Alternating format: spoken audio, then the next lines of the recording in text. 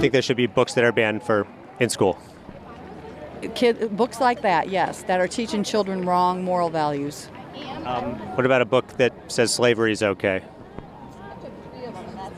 I have never seen a book that said slavery was okay. If you're familiar with The Good Liars, you probably know where this is going. What about a book where somebody sells their daughter into slavery for 200 foreskins? Would that be okay? No, nothing on.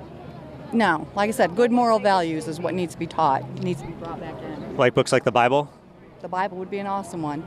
You think the Bible should be taught in school? I do. It's history. It should be taught as a history class because that's what it is. It is a history book. The two things I just said were from the Bible. Slavery? You're right. And the selling the daughter for foreskin.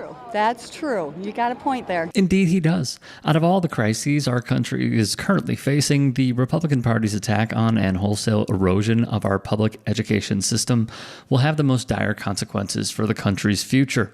Not only will our children fail to live up to their potential, but people who believe this nonsense will be holding the reins of power and controlling whatever is left of the education system. The Bible should be taught as like a history book in schools, like as history, Noah's flood, the earth beginning maybe several thousand years ago. Do you think that should be in history and science?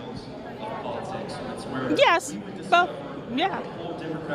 So like the Bible is a history book and taught to children. It tells our history, correct, yes. It may be harsh to say, but if you legitimately believe that the Bible is an accurate historical document and should be taught as a history book, then you belong nowhere near a position of power over public education policy. Our public school system is protected by the Establishment Clause of the First Amendment for a reason. But that's why fundamentalist Christian Republican activists have taken their fight to destroy the separation of church and state through the legal system, where billionaire-funded dark money groups pack state and federal court with friendly judges to push their agenda all the way to the Supreme Court. And you know what happens next? When the 6-3 conservative majority rules. Pornographic books should be banned in school, yes. A book that has daughters having sex with their dad, should that be banned in school? Yes. So a book that has two daughters getting their dad drunk, having sex with them, that book should be banned in schools. No, the Bible should not be banned. Oh, okay. They're telling histories of what really happened. But sex with the dad, that story, that's okay for kids? It's not okay. It's okay to teach that to kids, that story? It's okay to teach that kid because it's in the Bible? The Bible should be taught in schools? The Bible should be taught in schools, yes. Belief always trumps logic and reason when talking to these zealots. And while this lady was quick enough on her feet to recognize Jason Selvig's argument, these Bible thumpers weren't. I think the Bible should be taught in schools. Yes. Yeah? Most definitely. Because children have gotten away from that. Because they have. And it needs to be put back in all the schools, Catholic schools and public schools. So you want the Bible back in school. Do you think there are books that should be banned from schools? Yeah, of course. There is a book that has a story of two daughters getting their father drunk and having sex with them. Would you want that in a school? No, absolutely. Yeah, of course not. Of course not. No. That's outrageous. That's the devil's work.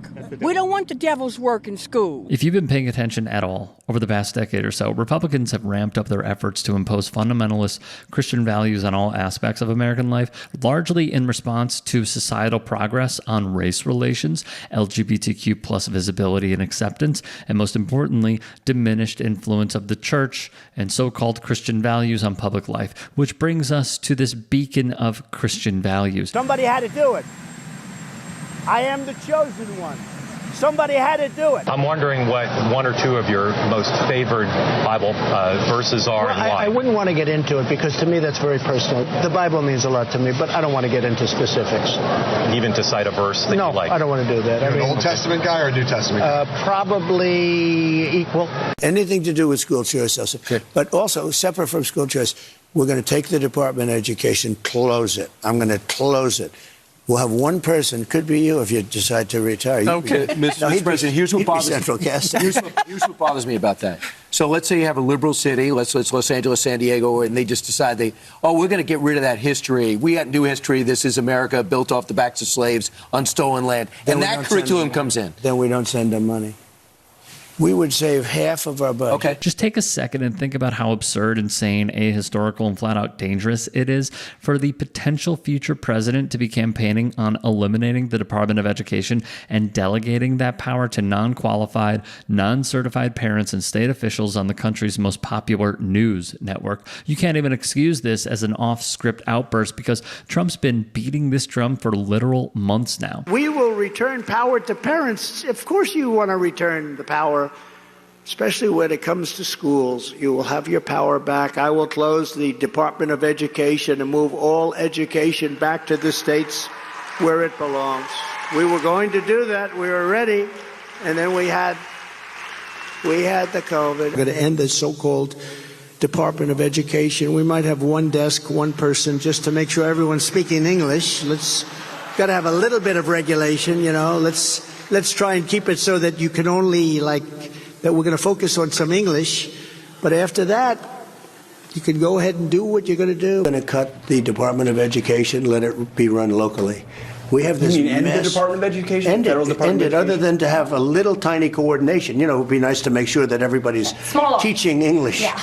You know, let them learn English, okay? I love this. But no, we're cutting the Department of Education. I was ready to do it before, and then again. And I will shut down the Federal Department of Education, and we will move everything back to the states where it belongs and where they can individualize education and do it with the love for their children. Ultimately, we'll live, and you know what we're doing here. I say it all the time. I'm dying to get back to do this. We will ultimately eliminate the Federal Department of Education and send education back to Wisconsin and back to the states. We spend more money per pupil than any other country by far, and yet we're at the bottom of the list. Out of 40, we're ranked about number 40. And I'm going to close the Department of Education and move education back to the states. And all they're going to do is they're going to see that the basics are taken care of. You know, we don't want to have somebody get crazy and start teaching a language that we don't want them to teach. But we'll do something with education. This very well may be the future and potentially last president we have ever had. If you can and are willing, please become a paid member here at TYT Sports. And or go to tyt.com/join. In addition, you can follow me on Twitter, Instagram, and TikTok. Appreciate it. Have a great day. Calling out elite people in comedy should be the rule of thumb. I think Donald Trump's hair is actually another creature. Yeah. The hair's like going, good night, Donald. Good night, Donald. There we go. Maybe it goes out. It goes out and makes money while he's asleep. There is something about punching down that feels taboo, and punching up is the way to go. Crack's not really my thing, but if it was, it would be fine if I was on that side. Wow. Don Jr.'s on coke. We won with poorly educated. I love the poorly educated. I'm a very stable genius.